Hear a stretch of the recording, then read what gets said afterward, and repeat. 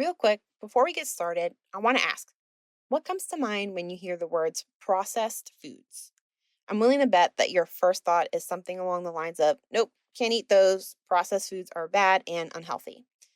Well, I'm here to tell you that they're actually not. Processed foods are actually necessary for anyone trying to do all of the life things like working a 9 to 5, taking care of the family, trying to work out, and practicing self care habits every day. Sure, some processed foods can lead to inflammation, but there are options that can actually support your health and your anti inflammatory diet. That's why I put together a free must have guide called 7 Processed Foods You Should Be Using to Make Anti Inflammatory Meals in Minutes. This guide is your go to resource to help you understand that processed doesn't mean unhealthy. Plus, you'll learn about 7 processed foods that can make your anti inflammatory life in the kitchen so much easier. And you'll also see a few quick and tasty suggestions on how to use them. Because let's be real, who has time to chop, wash, and prep every single meal from scratch while juggling work and errands and family? We've all got our plates full, literally and figuratively. All you have to do to get your hands on a free copy is go to betterwithcarbo.com/7foods. That's betterwithcarbo.com/7foods and grab your copy of the guide that will save you time, energy, and frustration in the kitchen.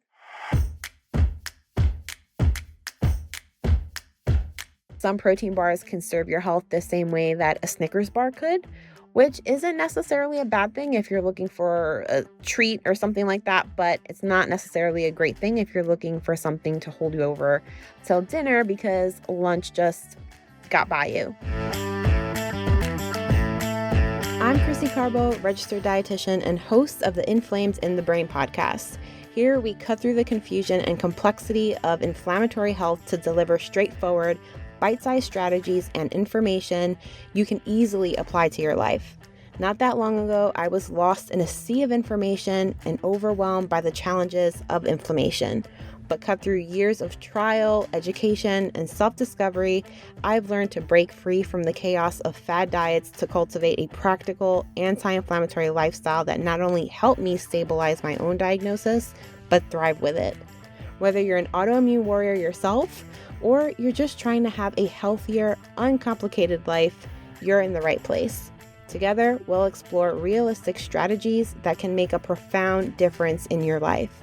So if you're ready to embrace a simpler, healthier way to live, let's dive in, learn, and grow together. Welcome to the Inflamed in the Brain podcast. Let's get started.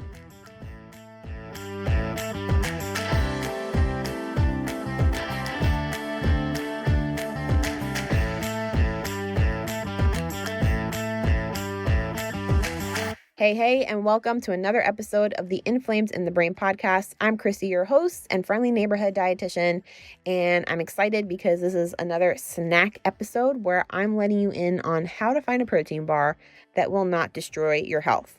So many people ask me to evaluate their protein bars, or they're asking what ingredients they should be looking out for in a protein bar because, frankly, some protein bars can serve your health the same way that a Snickers bar could, which isn't necessarily a bad thing if you're looking for a treat or something like that, but it's not necessarily a great thing if you're looking for something to hold you over till dinner because lunch just got by you. So let's get into it. When looking for a protein bar, there are a couple ingredients that you want to look out for to make sure that you're choosing a protein bar that aligns with your health goals, especially if you're focused on lowering inflammation. So the first ingredient you want to look out for, added sugars. You want to look for things like high fructose corn syrup, obviously glucose syrup or sugar alcohols. So anything ending with etol, like maltitol or sorbitol, those are um, sugar alcohols. They can spike your blood sugar and lead to inflammation. So you want to look for names like dextrose, cane syrup, rice or brown rice syrup, maltodextrin. You want to watch out for these, especially if they're closer to the top of the ingredients list, because the closer they are to the top of the ingredients list on a food label, the more of that thing there is in that bar. So I think like Cliff bars, they have brown rice syrup. I think it's been a while since I picked one up, but I think they have brown rice syrup as like one of the very first, if not the first ingredient in that bar, which means that there's a lot of sugar in that Cliff Bar. You also want to watch out for artificial sweeteners like sucralose, aspartame, and saccharin. They are used to reduce calories and sugar, but they can negatively impact your gut health. And despite being a sugar substitute, there is some research out there showing that your body can potentially react the same way to these substitutes as if they were sugar, which can contribute to more sugar cravings. You also want to look out for hydrogenated oils, so things like trans fats. From hydrogenated oils, they can contribute to inflammation. So in a protein bar, you want to avoid ingredients that say partially hydrogenated oils or vegetable oil blends. Be sure to keep an eye out for preservatives. So watch out for chemical preservatives like BHT or TBHQ, which are often put into protein bars to extend shelf life, but they can also be inflammatory. Artificial flavors and colors are also another thing that you want to keep an eye out for. They can trigger sensitivities and contribute to inflammation. So a lot of people can be sensitive to artificial flavors and colors and not know it. And of course, when you're eating things that don't necessarily agree with your body, this can cause inflammation. So you want to look for protein bars with natural flavors. And what falls along the lines here as well is just looking for protein bars with ingredients that you can actually pronounce and that have smaller ingredients lists. So the smaller the ingredients list, the more, quote, whole or natural the bar is. You also want to keep an eye out for low quality protein sources. So bars containing soy protein isolate or wheat protein may not be as beneficial for muscle repair and could also trigger sensitivities and inflammation in some people. So you got all the things that you want to look out for. What are some of the better alternatives and the things that you do want in your protein bars? One of those things being high quality protein. So we just talked about low quality. High quality protein would be like grass-fed whey, egg whites, or pea protein. These are easier for your body to digest and they're less likely to cause inflammation.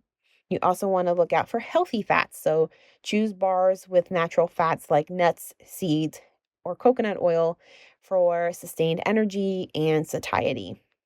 Look for bars that have natural sweeteners in them. So some bars will use dates as a natural sweetener, or even things like honey, maple syrup, or stevia. These provide sweetness without that massive blood sugar spike. Also, even though stevia is a sugar replacement, the research does show that your body reacts way better to stevia than it does with something like aspartame or whatever that yellow and blue packet is. I can't remember. And I think I mentioned this already, but minimal ingredients. So looking for protein bars that have fewer ingredients on the ingredients list. Typically, these kind of bars with the fewer ingredients lists, they're more recognizable and you can pronounce them, those kinds of ingredients. And they're often better choices for reducing inflammation. The last thing that I think makes a good protein bar is if there's fiber in there, and natural sources of fiber like chia seeds, flax seeds, and sometimes oats. Oat-based protein bars tend to have, I think, I can be wrong, they tend to have more carbs in them than protein. So keep an eye out for like oat-based protein bars or granola bars. But chia seeds, flax seeds, those are natural sources of fiber and they'll help with digestion and blood sugar balance. So essentially, when you're looking for a protein bar, you want to focus on whole food based bars with cleaner ingredients, fewer ingredients, ingredients that you can pronounce, and this will help you avoid inflammatory triggers while supporting your energy and satiety. So you finally know what to look for in a protein bar. So next time you go to the supermarket, read through the ingredients list, experiment with different bars, see what you like, see what you don't like. And once you have a brand that you like, you're golden, my friend. I hope you found this episode helpful. If you did, please share it with a friend, leave a review. Don't forget to subscribe. If you have any questions, please let me know. I'm on Instagram at Better with Carbo, and I'll catch you next time, same place.